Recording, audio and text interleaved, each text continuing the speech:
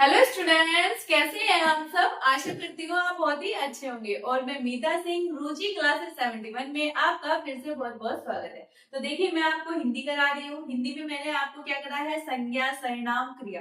क्रिया पे आ चुके हैं, विशेषण भी मैंने आपको दे दी, इसकी क्लास भी आपको मिल गई होगी। अब देखिए, क्रिया स्टार्ट किया था मैंने आपको। क्रिया में मैंने आपको क्या बताया था, क्रिया में मैंने आपको बताया था रचना के आधार पर क्रिया। क्रिया होती क्या है, किसी भी कार्य को करना क्या कहलाता है, हमारी क्रिया कहलाती है।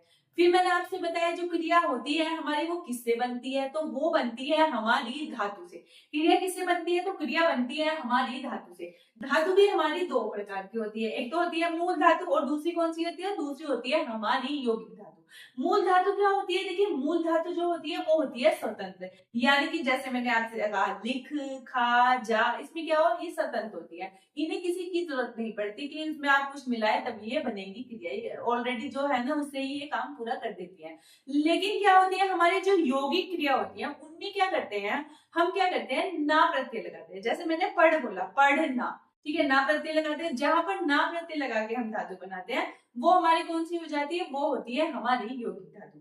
तो रचना के आधार पर मैंने आपको बताया था हमारी क्रिया दो प्रकार की होती है। रचना के आधार पर दो प्रकार की कौन कौन सी होती है, तो वो होती है हमारी सकर्मक क्रिया और दूसरी होती है हमारी अकर्मक क्रिया।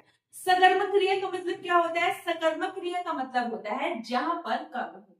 जैसे मोहन खाना खाता है, मोहन खाना खाता है तो मोहन ने खाया, मैंने आपसे कहा था अगर आपको पता लगाना है कि सकर्मक अकर्मक होती क्या है तो आप ये देखिए क्या, किसे, किसको, क्वेश्चन अगर आप करेंगे और उसका आंसर आपको मिल जाता है तब वहां पर क्या हो जाएगी, हमारी सकर्मक क्रिया होगी। जैसे मैंने कहा मोहन खाता है, क्या खाता है, तो आ गया मोहन खाना खाता है, तो यहाँ पर मुझे क्या मिल गया, यहाँ पर कर्म मिल गया, तो यहाँ पर क्या होगी, हमारी सकर्मक क्रिया। जैसे मैंने कहा बंदर कूदता है, तो बंदर कूदता है, बंदर क्या कूदता है, आपको पता चल रहा है क्या कूदता है, रस्सी कूदता है, पेड़ से कूदता है, क्या करता है, ये तो नहीं पता ना। तो यहाँ पर क्या हो जाएगी, यहाँ पर हो जाएगी हमारी अकर्मक क्रिया। तो जहां पर कर्म होता है वो सकर्मक होती है और जहां पर हमारा कर्म नहीं होता है वहां पर क्या होती है, अकर्मक क्रिया। तो मैंने आपको इतना ही बताया था। तो देखिए आज क्रिया का और भेद के बारे में मैं आपसे बात करूंगी। तो क्रिया के हमारे वो मैंने आपको रचना के आधार पर बताए थे, रचना के आधार पर हमारे दो भेद होते हैं।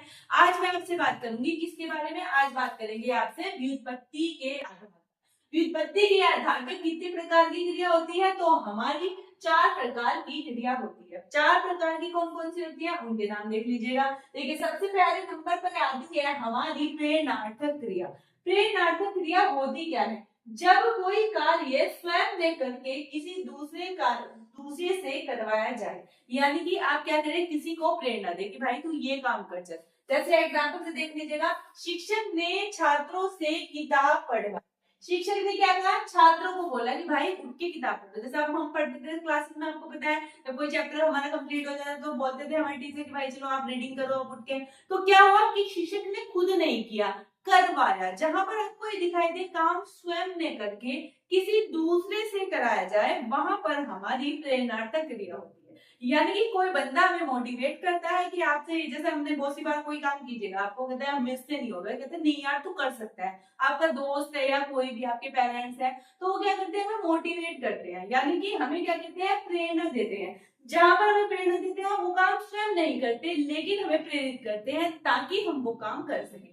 जैसे मैंने उससे पत्र लिखवाया, ठीक है, जहां पर आपको इस तरह की वर्डिंग दिखाई दे, क्या दिखाई दे, जैसे मैंने कहा लिखवाया, मैंने क्या कहा, आपसे कहा पढ़वाई, इस तरह के वर्ड आपको दिखाई दे। कार्य यानी कि स्वयं नहीं हो रहा है, कार्य क्या होता है, करवाया जा रहा है, खुद न करके दूसरे को प्रेरित करके कार्य करवाया जा रहा है, वहां पर हमारी प्रेरणार्थक क्रिया होगी। तो याद रखिए, जैसे राधा ने अपने पति से खाना बनवाया, ठीक है, राधा ने अपने पति से पोछा लगवाया, ठीक है, तो इस तरह की जहां पर होगी कि करवाया, उसने खुद नहीं किया, करवाया, वहां पर हमारी कौन सी क्रिया हो जाएगी, वहां पर हो जाएगी हमारी प्रेरणार्थक क्रिया। ये तो फर्स्ट नंबर होगी। अब बात करती हूँ सेकंड नंबर पे। सेकंड नंबर पे हमारी कौन सी क्रिया आती है, तो सेकंड नंबर पे हमारी आती है यहाँ पर पूर्वकालिक क्रिया। देखिए पूर्वकालिक क्रिया से क्या है, यहाँ पे जब कोई एक काम समाप्त करके क्या हो जाए, तुरंत ही दूसरा काम किया जाए। आपने एक काम समाप्त किया और एकदम जस्ट आपने दूसरा काम कर लिया। जैसे मैं खाना खाकर सो गई, मैंने खाना खाया और मैं सो गई तुरंत ही, तो क्या हो गया, वहां पर जो पहली वाली क्रिया हुई ना वो हो जाती है हमारी पूर्वकालिक क्रिया। देखिए इसके एग्जाम्पल से आप अच्छे से समझेंगे।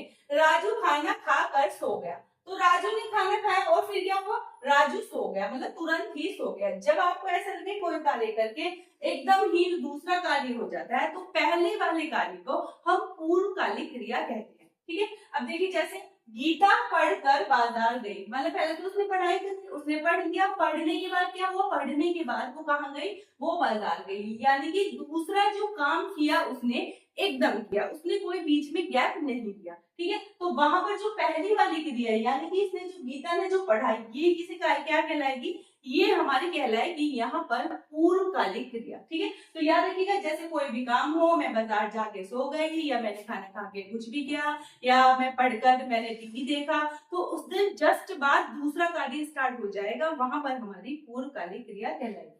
चलिए थर्ड नंबर की बात कर लेते हैं। तो थर्ड नंबर की बात करते हैं तो कौन सी क्रिया आती है, यहाँ पर आती है हमारी नाम धातु क्रिया। देखिए नाम से क्या मतलब है, नाम से मतलब है जहां पर संज्ञा सर्वनाम विशेषण से जो क्रियाएं हमारी बनाई जाती हैं उसे हम नाम धातु क्रिया कहते हैं। देखिएगा वे क्रिया जो संज्ञा सर्वनाम विशेषण से मिलकर बनती हैं, यानी कि जहां पर आपको ना दिखाई दे, जहां पर आपको ना दिखाई दे वहां पर नाम धातु क्रिया हो जाती है। कैसे हो जाती है, देखिएगा जैसे मैंने कहा ये संज्ञा से बने, हाथ से, हाथ क्या है संज्ञा, हाथ से मैंने क्या कहा, आपने बना दिया हथियाना, हाथ से क्या बन गया हमारा हथियाना बन गया। जैसे लात से क्या हो गया, लात से बना हमारा लतियाना, तो ये जो लतियाना है, हथियाना है, ये क्या है, ये है हमारी नाम धातु क्रिया। क्योंकि मैंने आपको बताया नाम का मतलब यहाँ पर संज्ञा से है, सर्वनाम से है और हमारा विशेषण से है। इन शब्दों से जो क्रिया हमारी बनेगी वो हमारी नाम धातु क्रिया कहलाएगी। और आपको अगर कुछ भी याद नहीं आता, आपको लास्ट में ना दिखाई दे, लास्ट में आपको ना दिखाई दे, तो याद रखिएगा वो हमारी कौन सी क्रिया हो जाएगी, वो हो जाएगी हमारी नाम धातु क्रिया। देखिए जैसे यहाँ पर विशेषण से अगर मैं बात करूं, मैंने लिखा गरम से क्या होता है, गरम से मैंने लिखा गरमाना, गरम से गरमाना। या फिर इसमें देखो एक और एग्जाम्पल है, यहाँ पर लिखा मैंने पागल से पगलाना, तो ना आ रहा है आपको सब वर्ड में आपको बताया, तो यहाँ पर कौन सी धातु होगी, यहाँ पर हमारी नाम धातु क्रिया हो जाती है। जैसे बास से मैंने कहा बास से बतियाना, तो यहाँ पर कौन सी क्रिया होगी, यहाँ पर भी हमारी नाम धातु क्रिया है। तो देखिए थोड़ी सी अलग है, इन क्रियाओं से आप बहुत अच्छे से पहचान सकते हैं कि कौन सी आएगी। बात कर लेते हैं यहाँ पर संयुक्त क्रिया की, यहाँ पर बात करेंगे संयुक्त क्रिया की। तो संयुक्त क्रिया क्या हो जाती है हमारी, वे क्रिया जो किसी दूसरी क्रिया से मिलकर बनती है, यानी कि किसी दूसरी क्रिया के साथ मिलकर जो क्रिया बनाई जाएंगी वो हमारी कौन सी क्रिया हो जाएंगी, वो हमारी हो जाएंगी संयुक्त क्रिया। कैसे हो जाएंगी संयुक्त, देखिएगा जैसे मैंने कहा तुम रोज खाना खाया करो, तो यहाँ पर देखिए खाना, यहाँ पर खाया क्या है, ये भी हमारी क्रिया है, यहाँ पर करो क्या है, ये भी हमारी क्रिया है। तो क्या हुआ है, इसमें दूसरी क्रिया से मिलकर बनी है। देखिए मैंने आपसे कहा खाना खाया, यहाँ पर सेंटेंस पूरा नहीं होता, वाक्य पूरा नहीं होता, तो इसे पूरा कौन कर रहा है, करो। तो यानी कि क्रिया किसी दूसरी क्रिया से मिलकर बन रही है, तो वो कौन सी हो जाएगी, वो हमारी हो जाएगी संयुक्त क्रिया। संयुक्त मतलब, संयुक्त का मतलब है दो क्रियाओं से मिलकर जो बनी होती है उसे संयुक्त क्रिया कहते हैं। मतलब अगर दूसरी क्रिया नहीं होगी तो पहली वाली क्रिया पूर्ण नहीं हो पाएगी, तो उसे कहते हैं हम यहाँ पर संयुक्त क्रिया। जैसे तुम रोज खाना खाया करो, तो खाना यहाँ पर खाया और करो दोनों का होना जरूरी है, तभी हमारा वाक्य जो है वो अच्छे से पूरा हो पाएगा। जैसे मैं कहती हूँ मैं विद्यालय पहुंच गया, तो पहुंच, मैं विद्यालय पहुंच, खाली पहुंच गया होगा, वाक्य पूरा नहीं हो रहा है। तो जब मैं कहूंगी वह विद्यालय पहुंच गया, गया क्या हो गया, पहुंच भी क्रिया और गया भी क्रिया है, तो क्या होगी, यहाँ पर हमारी संयुक्त क्रिया होगी। तो मैंने आपको क्या बताया, मैंने आपको बताया व्युत्पत्ति के आधार पर हमारी क्रिया चार प्रकार की होती है।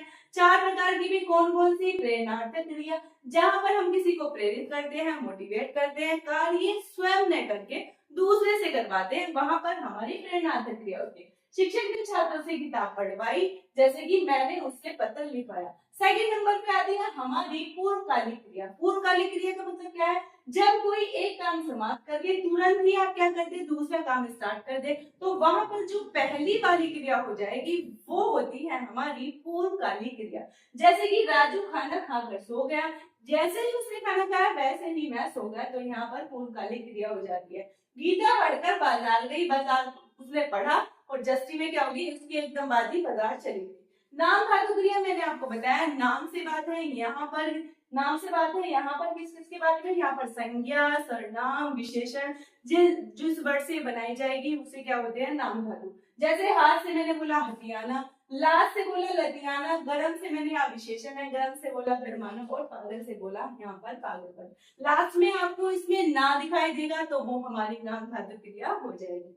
जैसे बात करती हूँ संयुक्त क्रिया, 4 नंबर पे आती है हमारी। इसमें क्या होगा, जो किसी दूसरी क्रिया से मिलकर बनती है, यानी कि एक क्रिया से नहीं 2 क्रिया से मिलकर बनती है, वहां पर संयुक्त क्रिया हो जाएगी, क्योंकि इसके बिना हमारा वाक्य पूरा नहीं होगा। जैसे मैंने आपसे कहा तुम रोज खाना खाया करो, तो खाया भी यहाँ पे क्रिया है, करोगे, इसे पूरा कौन कर रहा है, ये दोनों ही मिलकर इसे क्या कर रही है, वाक्य को पूरा कर रही है। जैसे विद्यालय पहुंच गया, वह विद्यालय पहुंच गया, अगर मैं गया ना लगाऊं तो यहाँ वाक्य पूरा नहीं होगा।